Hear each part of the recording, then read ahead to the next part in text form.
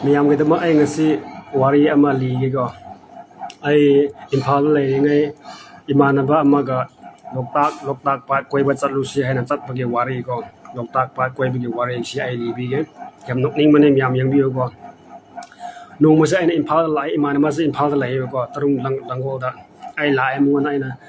aina loktak pat si yeng dri ai chat ning ya habit ma so hoi chat se da ma ge gari ma sa da bani thau ga chat le ko. Loktak pat se yosil la rai Loktak pas lakpa matam da security khara su lai ko gate mamang da security su lai adu matam da ko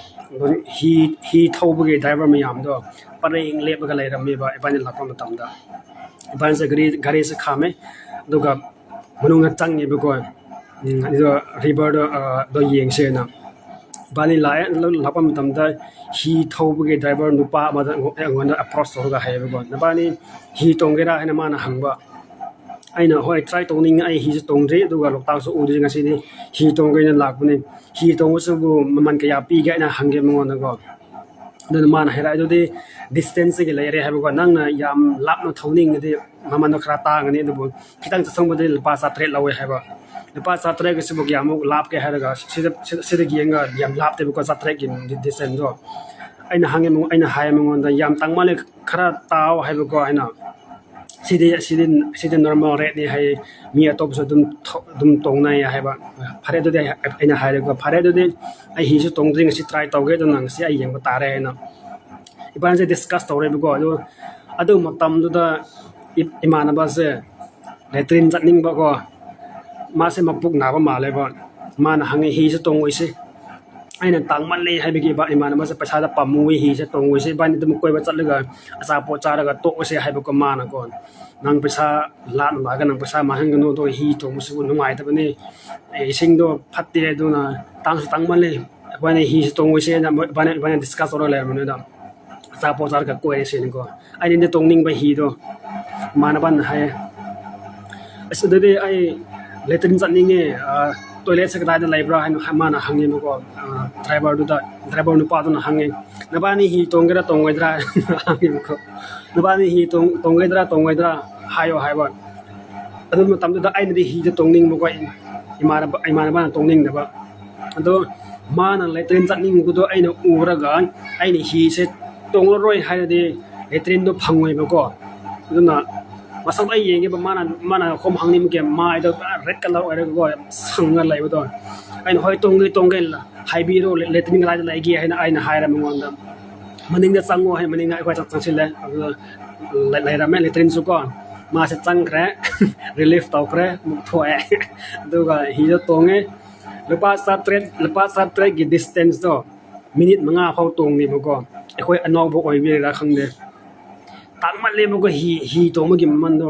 khoi anau bo oi gi khoi se khang da ba gi mo khoi mi nam ri bra du de khang de ko le pa sa tret gi distance yam lap te ba si de gi tum yi mu da kitang ni ba ko thok se aina hai ra mo hal se ai pam dre ne ko hi bu de tong khre e ba ne se nam phu tong mo ta re ko ma na toilet chang ning ba de gi hi se tong ba ta re ba ni gi ko mo to se na hai ra sa do pi khre thmoi se khra pin da nungai da thok ba matam da ima event sing khra han oi ba hum lai ram ko ge amang da hai kak hai bra hai ising da pan ba tengkhang pam do yu lo ga lai ram me amana thangjing yon ba amana kaino laphoi ga hai makhal yam e moi yelo do gon ibungai ga hai se lai bi yo sitri ma yum hallegi hai rewa amarom so ibungai ga laphoi se lai bi ro ai sit po sitri ai yum hallegi hai nan amarom so mi humri mga nan ai po lai bi moi law ha re ko bani mu bu da ai lai moi hum gi manat ai lai ba mi ama ge khak po lai de nuai re ko moi hum do pra friend ko na moi le pham ne pham do ai ima ge na ai yang khai ge lai bi re ge aduga ima ge la phoi sa ai yang khai gi pi ro ima ge thangjing china yang khai gi pi ro aina moi hum gi po to yang khai ai dum lai bi khre ba ko aina haining madi akhoi ge punsi na matam khara sometimes nangwan da benefits phang dras na nangwan da benefits lai tro so mi amana nang ge mateng se pam le dine pbo ba kana gomli I want the benefits like the mi mateng pan ngasai hi driver gum na ne e pa ni na hi da tong lo roi hai de bani se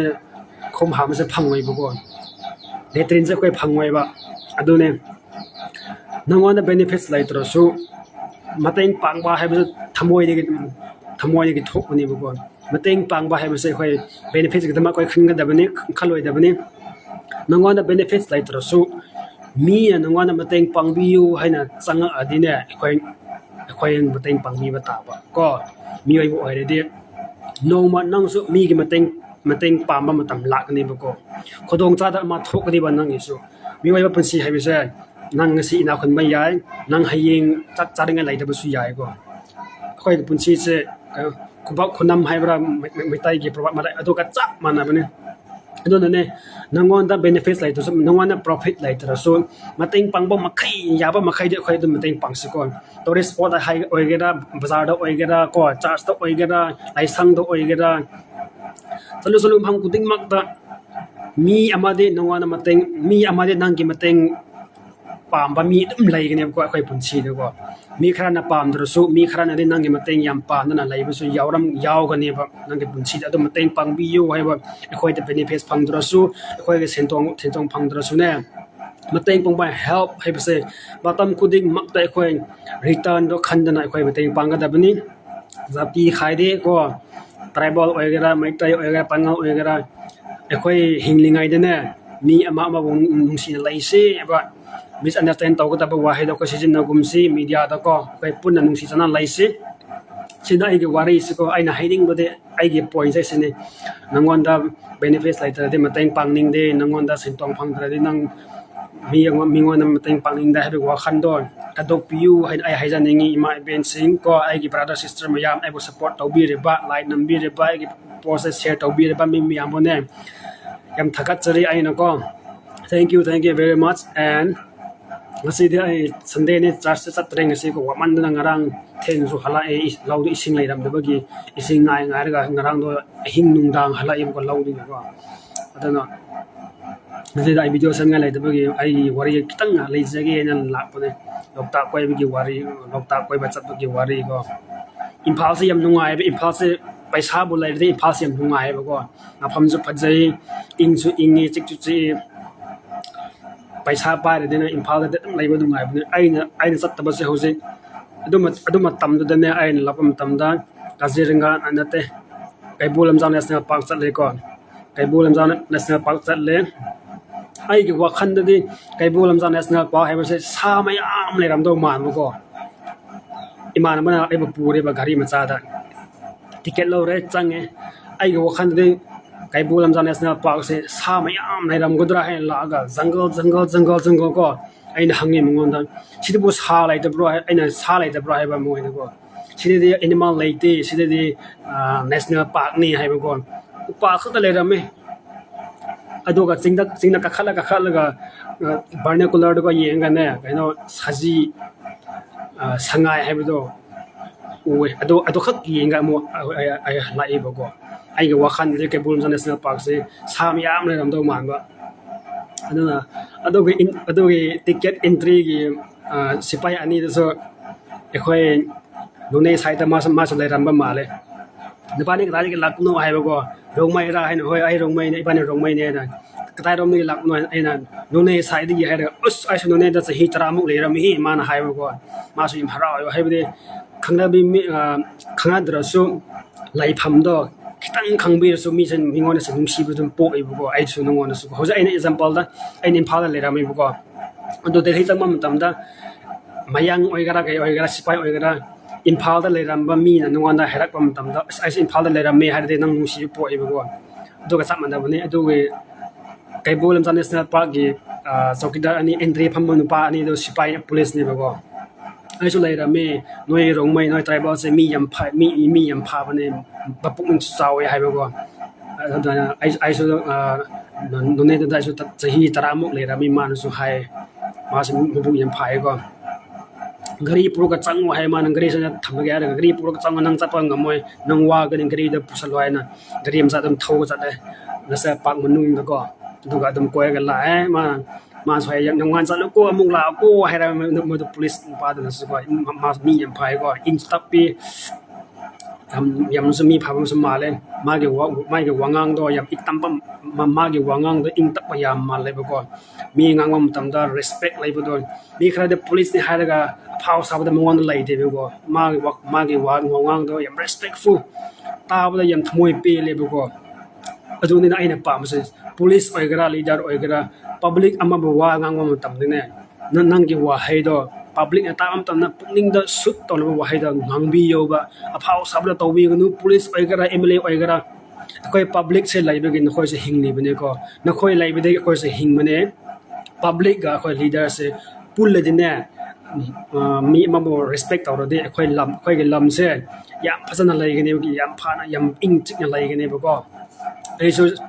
police ni na phau sara ga public bo thoi de lan thoi ro khatna ge ne ba ko no mo so aina impala pa matam da overbridge da ayam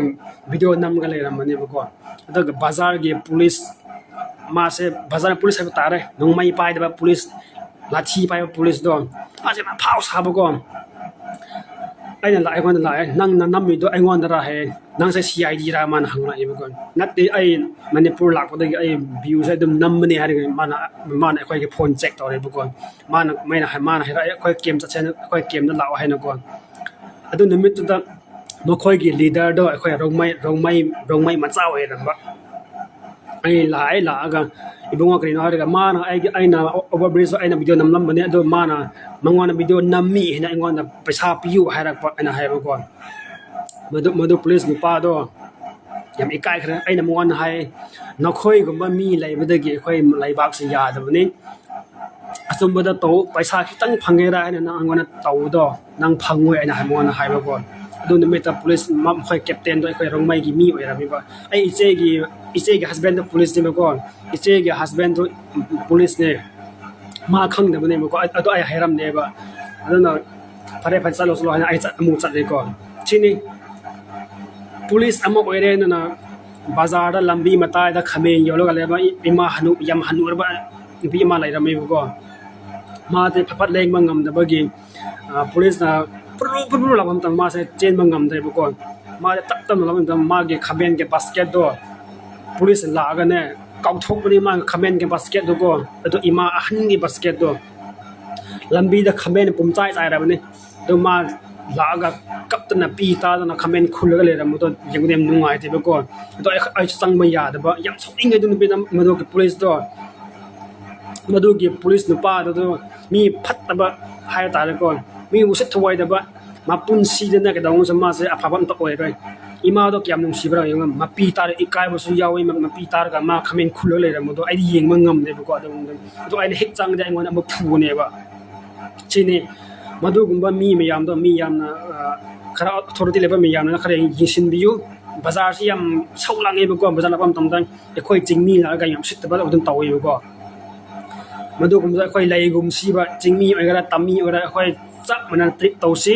chingna la so khoi ge nung si ba se dum chap mana se ba kom ya sina thank you Manipur gi CM madu ga deputy CM noina gari khra bus amada mi mangadra tong halaga escort hapraga security tight oina kangpok pilan thok halaga senapati lan thok halaga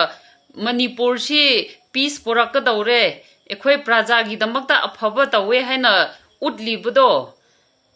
su ut piranu kari gi damakta ngasi phawba 100 days helaba phawba mokda victim family singna kapri budo kari gi ude deputy CM na nupi ama oiraga maduda nupi singdugi awaba kari gi khangde kari gi damakta no ngasi phawba kari gi no mi hatpa singdo ama phawba phada budo mi hat pa singdo moina tawbagum na makak kakraga mokta thamse haiba nate moi gi phangpham thokpa chairak pi piraga jail da thachin ba si phawba su tawdraga kari election nakpa gi noina praja mayam gi mit da utchai sin budo sugya yaja ningde sopam pamjade aphaba mata sabirunu